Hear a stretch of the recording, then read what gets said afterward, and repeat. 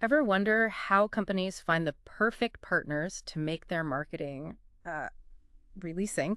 Get ready to dive into the fascinating world of strategic procurement. Oh, yeah. Today, we're going to take a deep dive into how smart companies use procurement to, well, like revitalize their brands. And we're looking at this case study about a company. We're calling them Brand X. Go index, okay. Brand X was facing kind of stagnation. They needed like a fresh approach to marketing and research. Mm. And they decided to turn to strategic procurement to find the right partners. Okay, so, and it's something I talk about all the time, procurement. It's not just about getting the lowest price. It's about finding partners that really get your needs and that can, bring strategic value. Yeah, exactly. It's not just like buying stuff, right? We're talking about Yeah. building relationships. That can take a brand to the next level. And in this case study, Brand X, they realized that like traditional marketing wasn't cutting it anymore. Right. They needed partners who could bring real strategic value. But before they even started looking for those partners, they had to kind of, look in the mirror and say, okay, who are we? Right. What are we missing? And who can help us get there? Right, and that's so important, right, to know yourself before you go out. Yeah. And Brand X, they knew they needed a creative boost. Mm. So they wanted a top-notch ad agency, but they also realized that they were kind of lacking some insights into their target market. So a good market research firm was on the list as well. Right. So they needed like the creative firepower and the intel to hit those right targets. Exactly. So how'd they find these partners? Did they just like, I don't know, pick names out of a hat or something? No, they didn't do that. Mhm. They were actually very strategic about it. And this is something I really wish, more companies would adopt. They used a three-pronged approach. Ooh, 3 prongs. Three prongs. So first, they tapped into their network, but it wasn't just like a mass email. Right. It was about having conversations Yeah. with their trusted contacts. Yeah. Asking for like recommendations. Ah, okay. So like you would ask your friend for a good restaurant recommendation. Right. But with, much higher stakes. For sure. The second prong was, well, they went to industry events. So all those conferences and gatherings, right, where all the players are. Yeah. And this is a great opportunity to see these potential partners in action. Okay. Get a feel for their company culture, maybe even strike up some conversations. Yeah, just kind of scope out the scene. All right, so 2 prongs down. What's the third? Third prong. They did their research. Yeah. Good old-fashioned research. Spent hours digging into online profiles, checking out portfolios, reading reviews, and just getting a sense of each potential partner's, strengths and weaknesses. Okay, so they cast a wide net, but they're also being very thorough. Exactly. So at this point, I imagine they have a pretty long list. So how do they narrow it down? Well, that's where the RFP process comes in. So, RFP, request for proposal. You can think of it like a dating profile Okay. for businesses. And in this RFP, Brand X, they lay out exactly what they're looking for. What's their budget? What are their goals? What about their company culture? Right. So it's not just about skills and experience. It's really about finding, a partner whose values really align. Okay, yeah. So it's about fit Think more we- than just like skills. Right. And by being so transparent in their RFP, they kind of weed out, potential partners that weren't a good fit Right. from the get-go. Saved everybody time. Exactly, yeah. So they sent out these RFPs, got a flood of responses, I imagine. So how did they pick the winners? Was it all about like flashy presentations? Not at all. Big promise. No. Brand X, they specifically avoided the dog and pony show. Okay. What they wanted to do was look past the presentations and understand how each potential partner thought. Okay. Asked tough questions, Yeah. They dug into problem-solving processes and looked for a genuine understanding of their challenges and their vision. So they were looking for somebody who could like roll up their sleeves, I guess, instead of someone who just talks a good game. Exactly. And they placed a high value on, shared philosophy. Right. They wanted partners who were not only competent, but also passionate about the same things that they were, like Yeah. that spark, Right. that connection, that goes beyond just the transaction. Makes sense. If you're going to work with someone closely, you want to make sure you're on the same page, that you share the same values and goals. Exactly. Yeah. So, okay, contracts are signed, hands are shaken, Hmm. partnership is official. What happens next? How do they make sure this dream team actually delivers? It's like we always hear about like the excitement of finding the right partner, but what about the day after part? Oh. How do you actually go from the spark to a really productive partnership? It can't just be champagne and high fives. No, you're absolutely right. The real work begins when the ink is dry on the contract. It's like you found the dance partner, now you got to learn the steps and make sure you're moving in the same direction. So what are the first steps that Brandex took to make sure this partnership didn't fizzle out? Was there a secret handshake or something, maybe a shared playlist? Well, I mean, a shared playlist is never a bad idea. But Brand X, they focused on clarity. Okay. They knew that even with the best intentions, misunderstandings happen. So they made sure that all the details were like hammered out from the get-go. So we're talking like contracts, timelines, scopes of work, all that fun stuff. Exactly. But they didn't just, throw a bunch of legalese at their new partners and call it a day. Right. They took the time to really walk through everything, make sure everyone understood, and that fostered a sense of, shared ownership right from the beginning. Makes sense, but contracts can feel a little rigid sometimes, right? So did Brandex manage to keep that flexibility and creativity even with all these formal agreements in place? Yeah, they did, and they had a smart way of doing it. They made communication like a top priority. No. And not just the checking in once a month kind of communication. Right. We're talking regular updates from both sides. So it's like a constant flow of information, keeping everyone in the loop, even if it's just small changes. Exactly. And it went beyond just project updates. Okay. They really encouraged like open dialogue about any challenges, roadblocks. Yeah. It was all about creating that space where, both sides could be honest. This whole idea of constant communication, I feel like that's something we could all use. Yeah. Even in our personal lives. Absolutely. Just imagine if we were all that good at sharing updates, discussing challenges openly. It's so easy to assume everyone's on the same page, but Right. it's rarely the case. Yeah. Proactive communication, it can really make or break any relationship. Mhm. Doesn't matter if it's, the boardroom or the living room. Yeah, so true. Okay, back to Brand X. So they've got the dream team, the contracts, communications flowing. But how do they measure success? Was it all like gut feeling or was there a more like structured approach? Oh, they were data-driven for sure. Right. But it wasn't just about crunching numbers. Okay. They built these performance evaluations into their agreements. Okay, so like regular check-ins.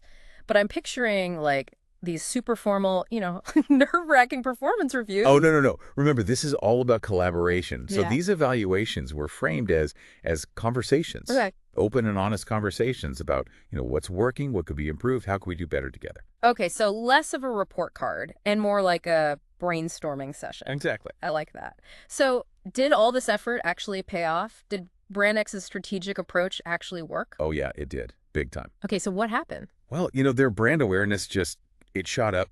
Yeah. Their customer engagement through the roof, and wait for it, their sales skyrocketed. Wow, that's impressive. Really goes to show that taking the time to find those right partners and really nurture those relationships, it can have a big impact. Were there any bumps along the way? Or was it just smooth sailing from there? Well, I mean, no journey is without its detours, even with the best planning. Right. There were times when things didn't go exactly as planned. One of the ad campaigns, for example, it didn't perform as well as they hoped. Oh, I bet that was a tough one. How'd they deal with that? This is where that foundation of trust and communication, it really paid off. Okay. Instead of playing the blame game, Okay. Brand X and their agency, they sat down together. Mm-hmm. They looked at the data, they figured out what went wrong, and they adjusted their strategy. So they saw it as an opportunity to learn. Exactly. Challenges, they can actually strengthen a partnership if you've got the right mindset. Was there anything that surprised Brand X throughout this whole process? Anything they hadn't expected? One of the biggest surprises was just how much innovation and creativity came from their partners. You see, Brand X, they had been so focused on their internal processes, and they'd kind of lost sight of what fresh eyes could bring. So it was like their partners could see things that they couldn't. Exactly. Yeah. And it wasn't just like big ideas, it was also about, those small tweaks and those improvements that make a big difference over time. It's interesting, bringing in outside expertise can be so valuable. But this level of collaboration, communication, it sounds like it takes a lot of time and energy. Oh, for sure. Strategic procurement, it's not passive. Yeah. It takes effort, commitment from everyone involved. Yeah. But as we saw with Brand X, the payoff can be huge. Okay, so we've seen how Brand X went from, stagnation to success. But before we get to the final takeaways, I want to ask, Are there any downsides, any cautionary tales we should be aware of? Yeah, that's a great question. I mean, strategic procurement isn't a magic bullet. Right. There are potential pitfalls. One of the big ones is finding the right balance between, collaboration and control. Yeah, I can see how that could be tricky. So you want your partners to feel empowered, but you Yeah, also need to make sure that everyone's aligned with your vision. exactly. And if those expectations aren't clear from the start, well, it can lead to some tension, some conflict. Right. Another thing to watch out for is, becoming too reliant on those partners Okay. and losing sight of your own expertise. Yeah. So it's about finding that sweet spot between leveraging their strengths while also maintaining your own core competencies. So for those listening who are thinking, this all sounds great, but how do I apply it? What would be your biggest piece of advice? Well, if I had to sum it all up, I'd say, don't underestimate relationships. Whether you're looking for a business partner, a collaborator, or even just someone to bounce ideas off of, Oh, yeah. take the time to find people who really get you and who share your vision. I love that. It's not just about finding someone who can do the job, but someone you can connect with. That's exactly. Okay, so we've explored a lot here. We've seen the ups, the downs, the good, the bad, the potentially tricky. But there's one last piece of this puzzle I want to look at, and that is like the impact this approach can have on you personally.